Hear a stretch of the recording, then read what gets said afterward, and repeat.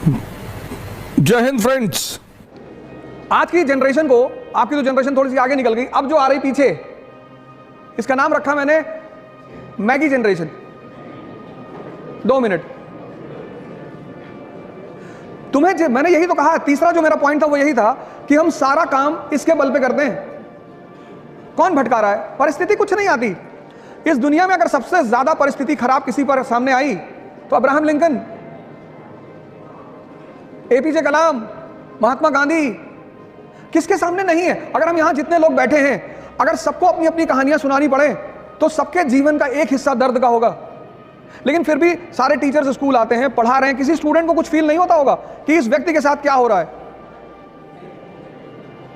ये तुम्हें कौन, एक आईपीएस ऑफिसर है आज, उनके बारे में सर्च करना, कर्नाटक कैडर के रवि चंदनवारा, पढ़ना उस आदमी के बारे में। मतलब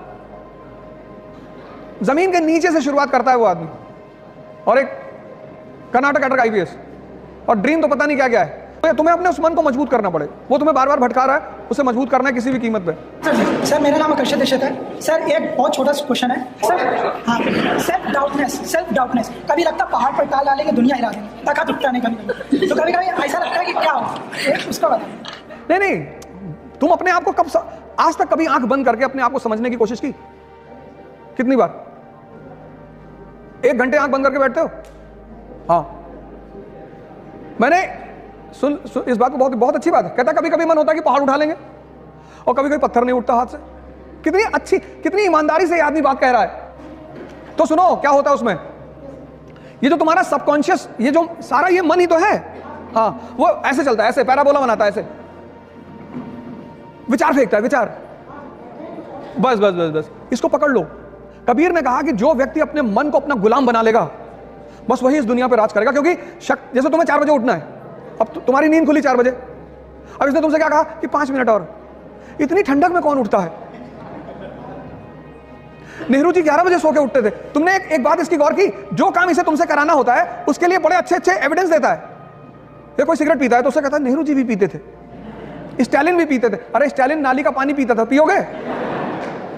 बस जैसे ही तुम्हारी 4 बजे नींद खुले और ये तुम्हें राय देने लगे, उसको राय को पकड़ लो तुरंत। अच्छा, हम ही को समझा रहे हो।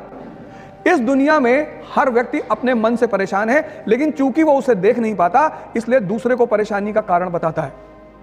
तो अगर तुम 4 बजे उठ सकते हो, अगर तुम अपने आप को डिसिप्लिन कर सकते हो, मतलब तुम ताकतवर आदमी हो। हाँ सर, हटा देंगे। बस धीरे धीरे करो, 1 साल लगेगा। 14 साल में भगवान राम भगवान बने थे। मतलब भगवान बनने की विधि 14 साल है, 14 साल करना पड़ेगा। 1 साल में आईएएस, तो जितना साल बढ़ा, 20 साल कर लोगे तो पता नहीं ब्रह्मांड ही तुम्हारे कब्जे में रहेगा। तो इस देश में तुम संत रविदास को सुनो, मन चंगा, मन पे बात कर रहे हैं। तुलसीदास ने क्या कहा? जाकी रही भावना जैसी। ये मन तो तुम्हें हर बार, तुम्हें शादी नहीं करने देगा। अगर 5-6 लड़कियां एक साथ खड़ी कर जाएं कि इसमें चुन लो, फिर डिस्टर्ब कर देगा तुमको कि नहीं ये नहीं। वो तुमसे खेल रहा है और तुम उसको मजा दे रहे हो, तुमसे मजा ले रहा है। कभी तुमसे कह रहा है हिंदी, रामधारी सिंह दिनकर बहुत बढ़िया, और तुम दिन भर बैठ के सोच रहे हो कि हाँ यार रामधारी सिंह। यही तो मैं कह रहा हूं, डिसीजन लेना है तुरंत। जिस दुकानदार के पास जब जाते हो कोई सामान लेने, अगर वो सामान उसके पास नहीं हो तो पता क्या कहता है? साहब आजकल इसकी सेल नहीं हो रही है, बड़ी शिकायत आ रही साहब। आप साहब एक काम करो, आप साहब ये नया प्रोडक्ट आया साहब बाजार में, बड़ा बढ़िया प्रोडक्ट है साहब। तुम उससे पूछो कि जो मैं मांग रहा हूं वो है?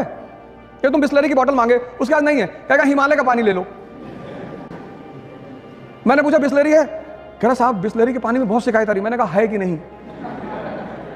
कहा भैया बिस्लरी नहीं। तो उसको मत खेलने दो, एक डिसीजन लो, और जितना बड़ा एंबिशन होगा उतना बड़ा खतरा होगा। खेल रहा है तुम्हारे साथ, कल से मत खेलने देना। डिसिप्लिन एक ऐसी चीज है जो कष्ट से ही आती है। जैसे बैठ के मत पढ़ो। मैंने ये डाइस ले रखी थी, मैं इस पे पढ़ता था। कम से कम 3 से 4 घंटे, 12 घंटे मत करना, वरना स्पाइनल प्रॉब्लम हो जाएगी। कुछ लोग क्या करते हैं ना, अत्त मचाना शुरू कर देते हैं। बाबा रामदेव ने जब शुरू में बताना शुरू किया कि कपाल भाती करने से चेहरे पे चमक आती, एक भाई साहब ने 1.25 घंटा कर लिया, किडनी पलट गई, वो 2 महीने आईसीयू में रहे। किसी भी काम की शुरुआत धीरे धीरे करो, डिसिप्लिन कष्ट से आएगा। अपने आप को कष्ट दो और अपने ऊपर नजर रखो। एक शेड्यूल बनाओ, और शेड्यूल छोटा बनाओ। अब 3 घंटे का शेड्यूल बनाओगे तो तुम्हारा मन बगावत करेगा, कहेगा नहीं नहीं 3 घंटे का नहीं, 10 घंटा। यही तो उसका खेल है, कहेगा पूरा दिसंबर बैठ के पढ़ना है। जब तुम, अगर यहां कुछ लोग बाहर के होंगे तो जब तुम अपने घर जाते होगे छुट्टी में, तो एक किताब लेके जाता होगा, कि घर चल रहे हैं और टाइम वेस्ट नहीं करेंगे, पढ़ेंगे बैठ के।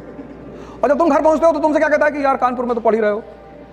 पता लगा जितनी किताब लेके गए थे बिना खुले सब वापस आई है। छोटे छोटे वो बनाओ गोल, कहो 3 घंटा पढ़ेंगे। तो जब तुमने 3 घंटे का गोल बनाया और पढ़ गए 7 घंटा, कितना मजा आया उस दिन।